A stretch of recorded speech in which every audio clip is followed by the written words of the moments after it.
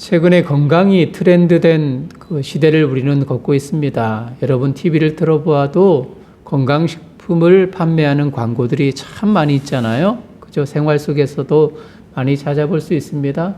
특별히 아침에 TV를 틀어보면 건강 프로그램이 참 많다는 것을 느낄 수 있을 것입니다. 그만큼 건강이 우리 일상의 가장 주된 요인이 되어졌습니다. 건강해야 모든 것을 지킬 수 있거든요. 여러분들은 건강을 어떻게 유지합니까? 어떤 분들은 적당한 운동을 하기도 하고요. 또 건강을 위해서 보조 식품들을 먹는 분들도 있으리라고 생각을 합니다. 저 역시도 건강관리에 힘을 쓰고 있습니다. 하나님께서 허락하여 주셨던 두 번째 생명이기에 또 저를 위해서 또 우리 교회를 위해서 우리 성도님들을 위해서 또 전국에는 하나를 다스리는 것도 또 하나의 내 의무다, 사명이다라는 것으로 삼고 잘 관리하고 있습니다. 자, 첫 번째는 의사가 처방해 준 그 약을 제 시간에 놓치지 아니하고 반드시 먹고 있습니다. 그리고 일주일에 3차례 혹은 4차례 운동을 하면서 건강관리에 만전을 기합니다. 이것이 내 육신뿐만 아니라 영적으로 잘 지키는 길이고 말씀을 드렸듯이 교회와 성도님들의 유익을 위한 하나의 밑거름이기 때문이라 믿기 때문입니다. 우리는 첫사람 아담을 기억하고 있어요. 세상에 죄가 만연한 그 이유가 하나님께서 명령하셨던 그 말씀들, 그 규례를 지키지 않았기 때문입니다. 단순한 명령에 불순종해서였죠. 그래서 하나님의 나라가 파괴되었습니다. 만일 여러분 하나님 말씀에 그가 순응했다면, 그 하나님 명령을 잘 지켰다면 아마도 더욱 번성했을 거예요. 순종치 못한 이스라엘을 보더라도 똑같습니다. 그들이 말씀 안에 거할 수만 있었더라면 광야에서 배회하지 아니하고 하나님이 허락하여 주셨던 그 약속의 땅에서 하나님의 나라를 든든하게 건설할 수 있었고 번성할 수 있었을 겁니다. 우리가 신명기의 말씀을 살펴보았지만 신명기는 다시 그들에게 주시는 하나님의 말씀이다라는 의미가 있다라고 말씀을 드렸죠. 즉 다시 그들에게 기회를 주시는 복의 근원이 되고 복을 통하여서 하나님이 주시는 그 나라에서 영원토록 살아갈 수 있는 그 터전들을 하나님이 그들에게 다시금 주시는 말씀이죠. 우리는 두 길을 볼 겁니다. 하나는 복의 길이고요. 또 하나는 저주의 길입니다. 두 길이 놓여 있는데 과연 우리는 어떤 길로 나아가는 것이 우리에게 유익할까? 고민하면서 우리가 선택해야 할 그 최종의 그 목적지가 하나님 주시는 복의 길이 되기를 주님의 이름으로 축복합니다. 자, 첫 번째, 하나님 나라 왕, 그 하나님이 예비하신 그 길, 축복의 길이 무엇인가를 보도록 하겠습니다. 자, 하나님이 주신 말씀, 율법이죠. 이 말씀은 백성들의 행복, 하나님의 자녀들의 행복을 위해서 하나님께서 허락하신 규례입니다. 이 법을 지킬 때 모두가 행복해져요. 말씀대로 살면 삶의 모든 영역에서 최고의 복을 누릴 수 있습니다. 2절에서 6절 말씀을 여러분 보셔요. 2절 이렇게 이야기합니다. 내가 내 하나님 여호와의 말씀을 청종하면 이 모든 복이 내게 임하리라. 이렇게 이야기합니다. 여러분 성경을 이 구절이 우리에게 주어졌는데 여러분 눈에 딱 들어오는 말씀이 무엇입니까? 저는 청종이라는 이 단어가 참 눈에 들어옵니다. 모두가 복 받기를 원하죠. 복을 싫어하는 사람은 아무도 없을 거예요. 그런데 복 받는 조건이 있는데 그 조건이 바로 청종이라는 단어로 충분히 설명이 가능합니다. 하나님의 사랑과 은혜를 믿는 사람이라면 당연 자신에게 복 주는 말씀 안에 거해야 되겠죠. 그러면 자연스럽게 예비하신 복이 그 사람 안에 임합니다. 여러분 어떤 복일까요? 하나님이 주시는 복은 모든 영역에 걸쳐 있습니다. 풍성합니다. 말씀대로만 살면 언제 어디서든 복을 받습니다. 3절 말씀을 보면 성읍에서도 거주하는 마을을 이야기하는 거겠죠? 마을, 자기가 터를 잡고 살아가는 그 거주하는 그곳에서도 또 일을 하는 들에서도 복이 임한다. 4절을 보면 자녀를 언급하고요. 토지의 소산, 직장, 사업에서도 수입이 풍성해진다 말씀합니다. 심지어는 가정에서 키우는 동물에게도 복이 임한다. 5절을 볼까요? 5절은 재미있는 표현입니다. 관용적으로 말하는데요. 가정 안에 그릇들까지도, 그리고 6절에서는 들어와도 나가도 복이 임한다. 이렇게 성경은 우리들에게 이야기하고 있는 거예요. 어떤 곳이든 참 다양하죠. 그리고 다양하기도 하고요.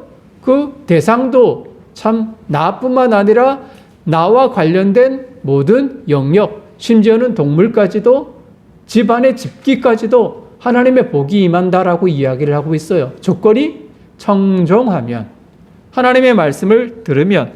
여러분, 여기에 나열된 복들은 모두에게 호감이 있어요. 경제적인 내용들로 가득 차 있기 때문이죠. 그런데 이는 일부입니다. 우리가 생각하지 못한 것들이 우리 주변에 너무나도 많이 널려 있다는 것을 여러분 잊지 말아야 합니다. 예수 그리스도를 통해서 우리를 하나님의 자녀, 대리 통치자로 하나님이 우리를 삼아 주셨습니다.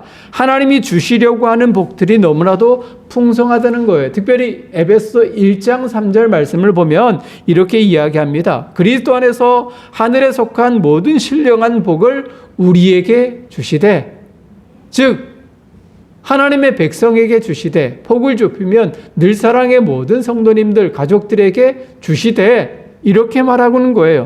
경제반 이야기하는 거예요. 하는 게 아니에요. 물질적인 것에 한정시키지 않아요. 그것뿐만 아니라 영적이고도 환경적인 모든 것을 하나님께서 창세 전에 우리에게 주시겠다고, 그 복을 주시겠다라고 약속해 주셨습니다. 하나님 말씀의 원리대로만 살면 영적인 영역, 경제적인 영역, 인간관계의 영역, 국가적인 영역, 자연계의 영역에서 복을 누리게 됩니다. 이런 복을 예비하신 하나님을 찬양하는 것, 하나님을 신뢰하는 것, 그리고 그의 말씀대로 살면서 복을 누리는 것이 우리의 마땅한 도리가 아니겠습니까? 여러분 모두가 이런 복을 누릴 수 있기를 주님의 이름으로 축복합니다. 한 청년이 세례를 받았어요. 세례를 받았다는 것은 예수 그리스도를 인격적으로 이제는 모시고 살아가겠다라는 의지의 표현입니다. 그런데 어느 날 세례를 받고 크리스천이 되었지만은 눈병이 생겼어요. 아주 심하게 그 고통이 더해져만 갑니다. 그래서 병원에 방문하여서 정밀 검사를 받았습니다. 근데 원인이 발견되었어요. 사람을 죽일 수 있는 독이 그 눈에 감염되었다는 그 사실을 발견하게 된 겁니다. 그래서 의사는 수술이 필요합니다 라는 말을 남겼더랬죠. 자, 문제는 수술을 하면 좋아질 수는 있지만, 그러나 혹여나 수술 도중에 실명이 될 수 있다라는 것도 이야기를 들었죠. 이 사실을 고지받고는 자기를 전도한 친구에게 이야기를 했습니다. 그 친구는, 자, 우리 이 문제를 놓고 교회에 가서 하나님 앞에 간절히 기도하라 라는 그 조언을 친구는 아끼지 않았습니다. 이 친구는 교회를 향했습니다. 의자에 앉아 기도한다 했지만 예수를 믿은 지 얼마 되지 않아서 어떤 기도를 해야 되는지, 어떻게 기도해야 되는지 알지 못하지만 자리에 앉자마자 자신도 알지 못하는 깊은 마음에 감동이, 그런 감화가 임하기 시작합니다. 그리고 나서 과거 자기가 살았던 그런 모든 과거가 오버랩되면서 자신도 모르게 회개의 눈물이 흐르기 시작합니다. 그리고 입술에서는 그런 하나님을 향하여서 또 회개의 기도를 올리기 시작합니다. 얼마나 기도했던지, 또 얼마나 눈물을 흘렸던지 그 자리가 그 물로 흥건했습니다. 실핏줄까지 눈에서 생겼고 눈은 퉁퉁 부었습니다. 다음 날 시간이 흘러서 수술을 받기 위해서 입원했죠. 그리고 간단한 진찰을 하던 중 의사는 깜짝 놀랐습니다. 두 눈에 심하게 퍼져 있던 독균이 완전은 아니지만 90% 이상이 사라졌다는 것을 발견했기 때문입니다. 의사는 묻습니다. 그동안 무슨 일이 있었던 거죠? 친구는 말하죠. 저는 한 게 별로 없습니다. 그저 교회에 가서 하나님 앞에 회개하고 좀 눈물을 흘린 것 외에는 없습니다. 아마도 예상컨대 그 눈물로 인해서 그 독이 빠졌다는 것을 우리가 짐작할 수 있겠죠. 하나의 작은 예화지만 그래요. 하나님 말씀 안에 거하기로, 하나님 말씀에 순종하기로 모든 것을 내려놓고 주님께 맡기는 그 순간 우리의 모든 것을 변화시키는 분이 하나님이심을 잊지 말아야 합니다. 복 주시는 하나님이심을 잊지 말아야 합니다. 여러분, 오늘 본문에서는 경제적인 원리만을 이야기했지만 더 큰 복을 우리는 누리고 있어요. 그죠? 세상이 알지 못하는 영생의 길, 천국의 길, 하나님 나라의 권세를 누리면서 살아가고 있는 존재가 바로 저와 여러분들 아닌가요? 그리고 천국이 우리에게 보장되어져 있지 않습니까? 사랑하는 성도님들, 이런 은혜와 기쁨을 빼앗기지 않는 하나님 주시는 복을 눈에 보이는 것뿐만 아니라 영적으로 부요한 그 은혜와 복을 누릴 수 있는, 항연할 수 있는 모든 성도님들 되시기를 주님의 이름으로 축복합니다. 자, 두 번째, 하나님 나라 왕, 하나님이 경고하신 길이 있어요. 이 길은 저주의 길이겠죠? 자, 여름철입니다. 휴가철입니다. 그러니까 모두가 피서를 떠나죠. 무더위를 날리기 위해서 바다를 찾고 산을 향해 나가는 사람들이 참으로 많습니다. 수영하기도 하고요. 텐트를 치고 야영도 합니다. 그런데 항상 위험에 고립되는 경우는 경고, 그죠? 경고의 문구를 무시한 사람들에게 그런 위험성이 나타납니다. 야영 금지, 수영 금지, 또 들어가지 마십시오 라는 문구가 있음에도 불구하고 그것을 무시하고 의심 없이 들어가서 활동하다가 낭패당하는 사람들을 많이 봅니다. 하나님께서 복의 길을 주셨지만 하나님 백성에게, 하나님 자녀에게 이런 길이 복의 길이다라고 말씀해 주셨지만 우리는 죄성 때문에, 우리의 죄 때문에 복의 길을 걷지 않고 다른 길로 빠지기 쉬워요. 이런 우리의 습성을 아시는 하나님은 우리가 저주의 길로 가지 않도록 매우 길게 불순종의 결과인 저주의 길에 대해서 경고하고 계십니다. 먼저 15절에서 19절까지 말씀을 여러분 보셔요. 15절에 이렇게 이야기합니다. 내가 만일 내 하나님 여호와의 말씀을 순종하지 아니하며, 여러분 눈에 들어오는 단어도 순종하지 아니하며 바로 들어오죠. 이하의 말씀을 살펴보지 않아도 예측할 수 있는 말씀들이 질비할 겁니다.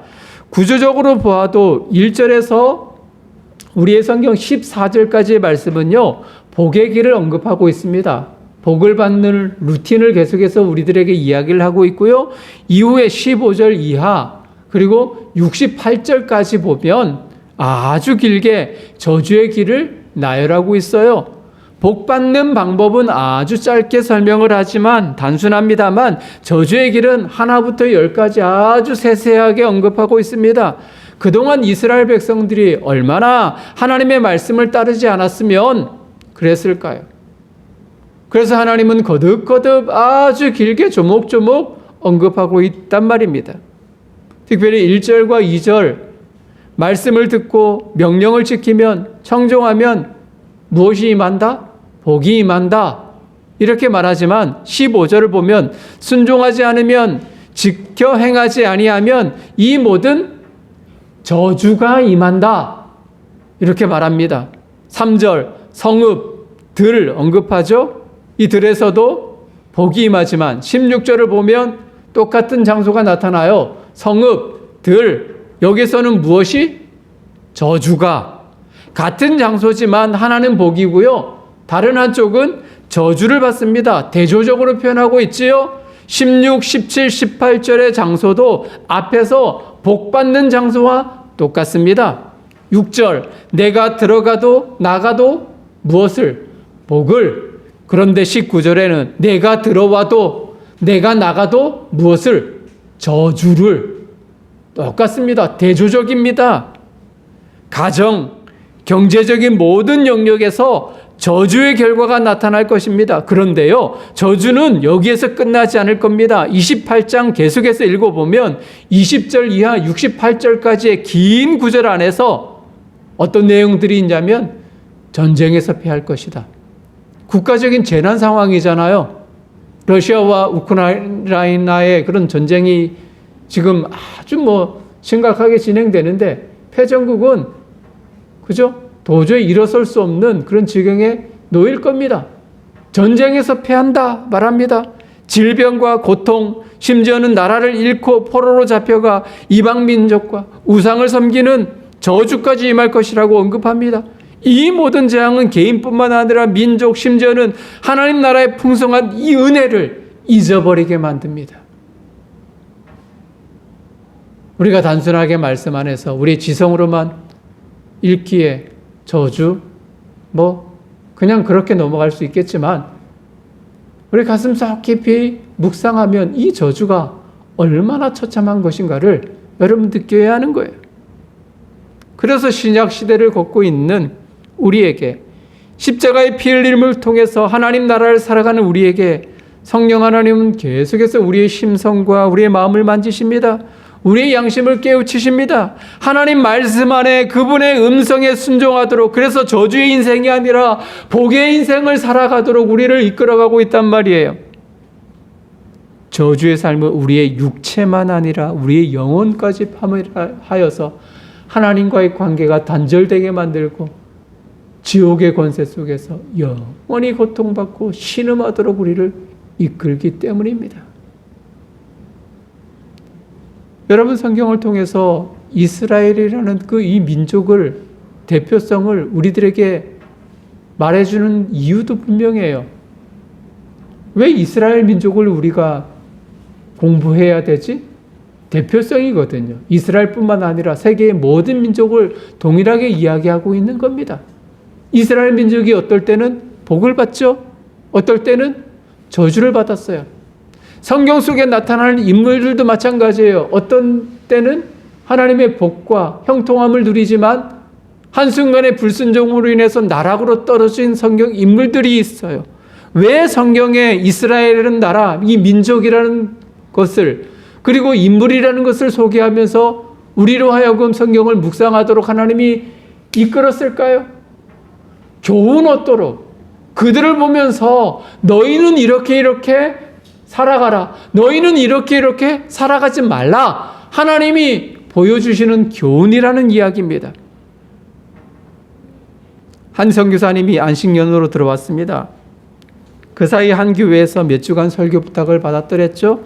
그 교회가 두 파로 나뉘어서 싸우고 있었습니다. 한쪽 파, 또 다른 한 파. 서로 분쟁이 심해서 주일을 예배를 드리기 힘들 지경이었습니다. 그런데 선교사님이 하나님의 그런 감동과 은혜의 말씀을 통해서 성도들이 은혜를 받았고요. 참 감사하게도 극적 화해와 더불어서 안정을 찾았습니다. 얼마 후 교회에서 연락이 왔죠. 선교사님께 연락이 왔습니다. 선교사님, 우리 교회의 목자가 되어 주십시오. 우리 교회의 담임 목사님이 되어 주셔서 우리를 하나님의 나라로 잘 이끌어 주십시오. 이런 부탁을 받았더랬습니다. 그러나 선교지에서 역시나 그 선교사님이 속히나 돌아오기를 간절히 바라는 영혼들도 참 많죠. 그래서 이 두 사이에서 참 갈등이 있었습니다. 선교사님이 고민을 하다가 멘토 목사님께 편지를 보냈어요. 목사님이라면 어떻게 하실 겁니까? 참 답을 주시면 감사하겠습니다. 여러분, 어떤 결정이 최상일까요? 두 모두가 목회적 돌봄이 필요한 상황임에 틀림이 없습니다. 어느 쪽을 결정하든 별 무리가 없어 보입니다. 그렇죠? 우리의 이성으로 생각해 보면 저 역시도 그 이야기를 듣고 참 어떻게 하는 게 좋을까 좀 제 나름대로 또 고민이 좀 되더라고요. 근데 이번 주 설교를 준비하면서 참 정리가 되었습니다.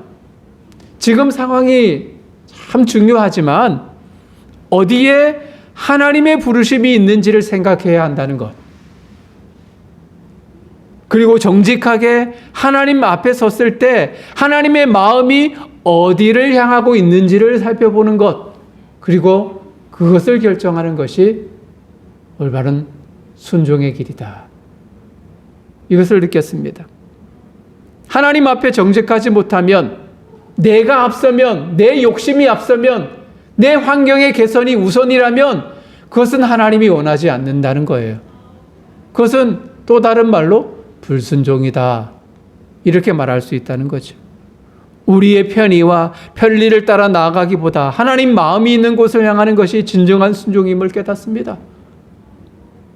우리가 예배를 준비하면서 찬양할 때 그런 가사가 있었잖아요. 그렇죠? 하나님이 마음이 있는 곳에 우리가 있어야 된다는 그 가사처럼요. 목사든 성도든 최근의 양상은 우리의 몸, 육신이 안락한 쪽으로 선택하고 그 길이 하나님의 길이라고 이렇게 단정을 짓고 그렇게 나아가는 경향들이 참으로 많아요. 여러분, 이스라엘 실패하는 인생의 모두가 여기 있는 거예요. 우리 생각 판단이 아니라 성경이 말하는 곳으로 나아갈 때 우리는 실패하고 좌절하지 않습니다. 물론 극명하게 대조되는 것은 우리가 결정하기 너무나도 쉽지요. 그죠? 뭐 아닌 것, 뻔히 보아도 아닌 것 결정하기 쉽습니다만, 그러나 정말 이것이 맞는지 저것이 맞는지 고민이 될 때 무엇보다도 하나님의 마음을 생각하고 하나님의 뜻을 생각하고 결정하는 그런 판단이 중요하다는 것입니다. 사랑하는 성도님들, 하나님 마음을 따라 성령 주시는 마음에 우선권 두기를 원합니다. 그래서 저주가 아닌 참 복을 찾아 누릴 수 있는 늘사랑의 모든 식구들 되시길 주님의 이름으로 축복합니다. 자, 우리는 두 길을 보았습니다. 하나는 어떤 길이었죠? 복의 길이었어요. 또 다른 길은 저주의 길이었습니다. 분명했죠. 나님의 가장 기준은 순종하느냐, 그렇지 않느냐. 청종하느냐, 내 의지와 욕심에 따라 걸어가느냐. 그 차이입니다. 그런데 여기서 머물러서는 안 됩니다. 한 걸음 더 나아가서 순종하면, 또 혹은 불순종하면 이 길들이 우리 자신만을 위한 것이 다는 아니다는 것을 알아야 해요. 온 세상에 보여주고 그들도, 온 세상의 사람들도 복으로 충만해지기를 바라시는 하나님의 마음이 있다는 것을 깨달아야 합니다. 여러분, 1절을 한번 같이 읽어볼까요? 1절. 같이 한번 읽겠습니다. 1절. 시작. 내가 내 하나님 여호와의 말씀을 삼가 듣고 내가 오늘 내게 명하는 그의 모든 명령을 지켜 행하면 내 하나님 여호와께서 너를 세계 모든 민족 위에 뛰어나게 하실 것이라. 아멘. 너를 세계 모든 민족 위에 뛰어나게 하실 것이라. 이렇게 말합니다. 모든 면에서 복을 받아 어느 나라도 넘볼 수 없는 강한 나라가 될 거예요. 하나님이 이스라엘을 머리가 되고 꼬리가 되지 않게 하시며 위에만 있고 아래에 있지 않게 하실 겁니다. 13절이죠. 이뿐 아니라 이스라엘이 율법을 지킬수록, 하나님 말씀을 지킬수록 여호와를 닮은 거룩한 민족이 됩니다. 9절에. 그리고 도덕적으로 탁월한 나라가 될 것입니다. 19절. 이런 탁월함의 결과로 땅의 모든 백성들이, 세상의 모든 영혼들이 영광스럽게 하시는 그 하나님의 이름을 두려워하고 하나님을 믿게 될 것입니다. 순종의 길을 걸어감을 통해 우리가 형통하여서 우리가 으뜸이 되어지는 그 모습을 보면서 세상의 영혼들도 변화되어져서 하나님을 알고 그 하나님을 찬양하는 영혼이 될 것이다. 하나님은 더 앞서 나아가서 이런 복까지도 생각하고 있다는 이야기입니다. 아브라함에게 약속했던 세상의 복을 나누는 백성, 하나님이 다스리는 나라의 출발은 하나님의 법을 마음에 두는 것입니다. 하나님은 예수님과 성령님을 통해서 교회를 세우시고 말씀을 가르치셔서 온 세상에 뛰어난 하나님 나라 공동체가 되게 하십니다. 성도님들이 말씀대로 살아서 세상의 빛과 소금이 되게 하십니다.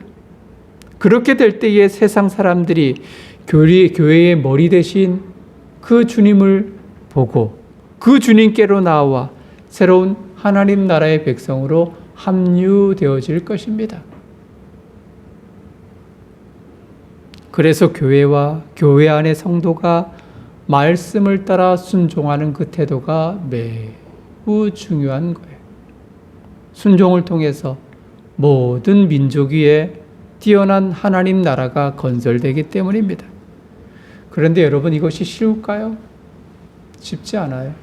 그래서 더 힘든 부분이 여기에 있는 겁니다. 말씀을 순종하는 삶은 어쩌면 좁은 길로 걸어가는 것과 똑같아요. 예수님께서 산상수훈을 통해서 제자들과 예수님을 따르는 많은 무리들에게 이야기를 하셨죠. 생명으로 인도하는 문은 좁고 협착하여 찾는 자가 적다, 이렇게 이야기를 했어요. 그래서 모두가 넓은 길을 찾습니다. 그 길에서 안주합니다. 힘들어도 어려워도 절망스러워도 이 순종의 길, 좁은 길을 택하고 영적인 유익을 위해 애써야 하는 존재가 우리입니다. 그래서 더욱 힘들어요. 그러나 하나님의 복이 임하고 하나님의 은혜가 임하고 그를 통해서 세상의 영혼들이 복받는 길이라면 기꺼이 우리는 좁은 길, 순종의 길을 걸어야 하는 것이 마땅한 거죠. 말씀을 마무리합니다. 해안선에 등대가 우뚝 세워져 있습니다. 그 등대의 역할이 무엇인지 여러분 아시죠? 배들이 안전하게 항구로 들어가고 운행하는 배들이 서로 추돌하지 않도록 돕는 역할을 하는 거죠. 그래서 이 불빛을 밝힐은 기름이 항상 준비되어져 있어야 합니다. 어느 날 자동차가 지나가다가 기름이 떨어져 버렸습니다. 그래서 오도 가도 못하는 상황이 발생했어요. 그곳은 주유소가 없는 곳이라 아주 간절히 사정하기에 기름을 조금 나누어 주었습니다. 다음 날 가난한 할머니가 오더니 추워서 이 겨울을 지내기가 너무 힘들어, 기름을 좀 나누어 주었으면 좋겠어, 이렇게 부탁을 하기에 등대지기는 그 할머니에게 기름을 나누어 주었습니다. 또 한 자매가 와서 등에 넣을 기름 좀 달라고 해서 처지가 난처해 보여서 기름을 또 나누어 줍니다. 그런데 문제는 등대에 넣을 기름이 떨어진 겁니다. 그날 밤에 배 몇 척이 서로 부딪혀서 파손되는 사고가 일어났습니다. 그래서 많은 인명피해가 발생했습니다. 조사단이 발견되었죠. 기름을 충분히 주었는데 왜 등대에 불이 꺼졌는지를 조사하기 시작합니다. 등대지기는 나름 사정을 이야기합니다.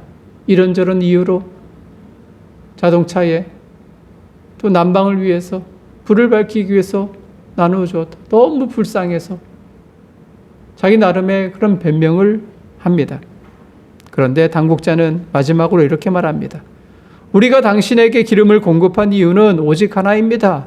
등대의 불을 꺼뜨리지 말라는 것입니다. 당신은 직무유기를 한 것입니다. 처벌받아 마땅합니다. 여러분, 무엇이 순종일까요? 양심에 따라 움직이는 것? 나름 등대지기의 상황을 우리가 생각해 보면 이유가 있습니다. 그죠? 그분이 과연 처벌받아 마땅한가? 이렇게 의아심을 가질 수도 있습니다. 불쌍하다는 것, 안타깝다는 것, 이것으로 순종의 여부를 나눌 수는 없습니다. 로마서 5장 19절은 우리에게 이렇게 이야기해요. 한 사람이 순종하지 아니함으로 많은 사람이 죄인 된 것 같이 한 사람이 순종하심으로 많은 사람이 의인이 되리라.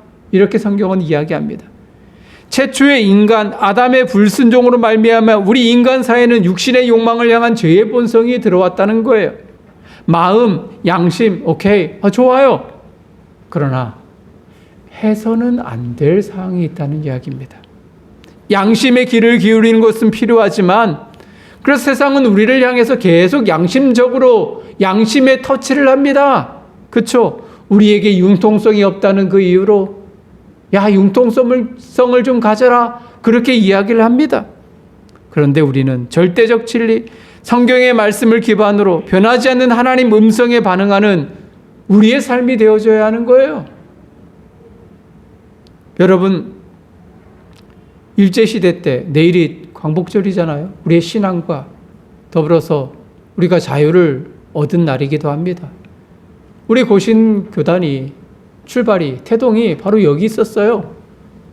신사참배를 1938년에 장로교회가, 총회가 가결할 때 신사참배는 합법이다, 괜찮다라고 가결할 때 그 신사참배에 반대하여서 새롭게 교단을 만들었는데 그것이 고신교단, 고신의 출발입니다. 나름 명분이 있었어요. 교회를 지키기 위해서, 성도를 지키기 위해서 어쩔 수 없는 선택이었다. 왜? 신사참배를 가결하면 교회를 그대로 보존해 주었거든요.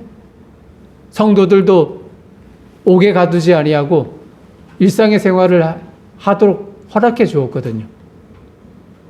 우리가 양심으로 생각해 보면 나름 괜찮은 결정처럼 보입니다만, 그러나 하나님 기준으로 볼 때에 그것이 순종일까요? 불순종일까요? 순종이 결코 아닙니다.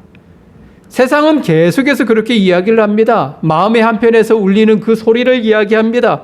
한 번인데 이번에만 넘어가자. 이것 자체가 불순종의 빌미를 제공하는 작은 불꽃입니다. 나아가 넘어지게 하고 그리스도를 배반하게 하고 믿음을 송두리째 없어지게 만드는 요인인 거예요. 반드시 세상의 소리, 그 소리, 우리를 유혹한다 할지라도, 우리 양심이 그렇게 반응한다 할지라도 하나님의 말씀이 아니라고 하면 우리는 기꺼이 하나님 말씀 따라 걸어가는 순종의 삶을 걷는 우리의 참다운 신앙의 태도를 보여야 하는 것이 우리가 걸어야 하는 신앙의 의무인 것입니다. 사랑하는 성도님들, 하나님은 복의 길을 주셨습니다. 쉽죠? 야, 이 복을 누리고 싶다. 경제적인 것, 영적인 것, 너무나도 많아. 들어가도 나가도 우리 자식들이, 집안의 모든 물건들도 복 받는다 하니까 너무나 좋죠. 그런데 좁은 길을 선택해야 합니다. 순종의 길을 선택해야 합니다. 달아나는 저주의 길입니다. 넓어요. 선택할 폭이 많습니다. 그런데 하나님은 그 길을 경고하고 계십니다. 넓지만 멸망으로 향하는 길입니다.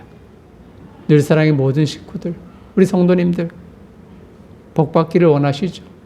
그렇다면 나만이 아니라 우리 공동체, 하나님 나라의 건설을 위한 이 복의 길이라면 기꺼이 하나님 말씀 앞에서 순종함으로 하나님 마음이 있는 곳에 우리가 머물고 또 그 길을 따라 걸어감을 통해서 하나님의 하늘의 복과 물질의 복과 육신의 복이 여러분의 가정과 개인에게 넘쳐나시기를 주님의 이름으로 축복합니다.